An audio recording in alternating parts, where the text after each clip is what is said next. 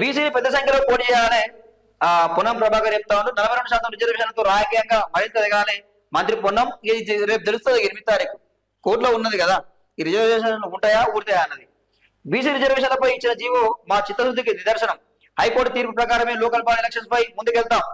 రిజర్వేషన్లకు మద్దతుగా అన్ని రాజకీయ పార్టీలు హైకోర్టుకు అఫిడవిట్లు ఇవ్వాలని విజ్ఞప్తి అంటూ చూస్తా ఉన్నాం. హైకోర్టు తీర్పు ప్రకారమే లోకల్ బాడీ ఎలక్షన్ పై ముందుకెళ్తామంటుండు. ఇక 2 విషయాలు ఉన్నాయి. సెప్టెంబర్ 30లోగా ఎన్నికలు నిర్వహించాలని చెప్పారు, అదొక కోణం ఉంది. ఇంకొక కోణం చూస్తే మరి హైకోర్టులోనే హౌస్ మోషన్ పిటిషన్ వేసిండు మీరు ఇచ్చిన జీవో మీద. మరి ఏమంటాడు, హైకోర్టు తీర్పు ప్రకారమే లోకల్ బాడీ ఎలక్షన్ కు ముందుకెళ్తామని చెప్పి పొన్నం ప్రభాకర్ అయితే ప్రకటించిండు. అట్టేగా రేపు కోర్టు ఏం చెప్తే అదే 50% పరిమితి దాడొద్దు అంటే చలో ఇక దాటమిగా హైకోర్టు చెప్పింది చెప్పినట్టే మేము ముందుకు పోతాం, పార్టీ ప్రకారం టికెట్లు ఇస్తాం అని చెప్పి మళ్ళీ ప్రకటన చేస్తారు, ముందుకు పోతారు. ఇది తెలిసే ముచ్చన్నాయి కదా, ఇది మీ డ్రామాలు ఇదే కదా మేము చెప్పింది. మీరు ఏమన్నారు, రాజ్యాంగబద్ధంగా ఇస్తామన్నారు మీరు బీసీలకు 40% రిజర్వేషన్లు. మరి ఏమాయే ఇప్పుడు హైకోర్టు ఏం చెప్తే కదా అంటున్నారు ఇక. సో ఇట్లా ఉంటది కానీ ఈ నాటకానిగా ఒంటరిగానే పోటీ చేస్తాం, లోకల్ బాడీ ఎలక్షన్స్ అత్యవసరం.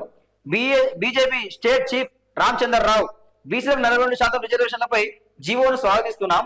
బీసీ రిజర్వేషన్లకు తాము వ్యతిరేకం కాదు, జాతీయ స్థాయిలో పరిస్థితుల దృష్ట్యా 9వ షెడ్యూల్లో చేర్చలేదని వెళ్లాడట. ఈయన ఎప్పుడు ఈయన కాకమ్మ కథ చూసాం ఎట్లా రామచంద్రరావు ఈ నక్క మాటలు ఎట్లా చూసాం, ఆయన గుంట నక్క మాటలు అంటారు. ఇవే ఇక జీవోను సాధిస్తున్నాం అని చెప్పి ఒక పక్క చెప్పుకుంటా, మళ్ళీ మేము బీసీ మద్దతు మేము వ్యతిరేకంగా ఒక పక్క చెప్పుకుంటా, కానీ మాతో కానీ మళ్ళీ మేము జాతీయ స్థాయిలో పరిస్థితులు వేరే ఉన్నాయి, మేము 9వ షెడ్యూల్ చేర్చలేమని చెప్పి మనం ప్రకటించడం ఏందండి ఇదిగా ఈ ద్వంద్వ నీతి. ఇది రాజకీయాలు ఇక గుంటనగర రాజకీయాలు అంటే ఇవే ఇక. సో ఇది బీజేపీ పార్టీ. మళ్ళీ ఏం చెప్తారు వీళ్ళు, మేము బీసీని ముఖ్యమంత్రిని చేస్తామంటారు,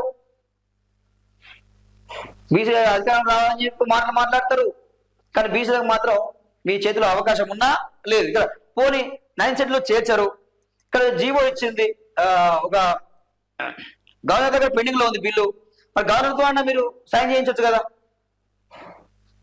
అది చట్టం అమలు అయితే ఈ జీవో ద్వారా రిజర్వేషన్ ముందుకెళ్తాయి కదా. సో అది చేయరు. సో మొత్తం మీద కాంగ్రెస్ కానీ బీజేపీ కానీ 2 పార్టీలు కూడా బీసీలు ముంచుతున్నాయి. గతంలో బీఆర్ఎస్ అది కూడా ముంచింది, 36% ఉంటే 23% తీసుకొచ్చి. అంటే ఒకటే అండి, ఇక్కడ బీసీ ప్రజలు గమనించుకోవాల్సిన విషయం ఏంటంటే ఈ రాష్ట్రంలో ఏ పార్టీ అయినా మీకు న్యాయం చేయవు. ఈ 3 పార్టీల పరిస్థితికి అంతే, బీసీలకు అన్యాయం చేసే పార్టీలే.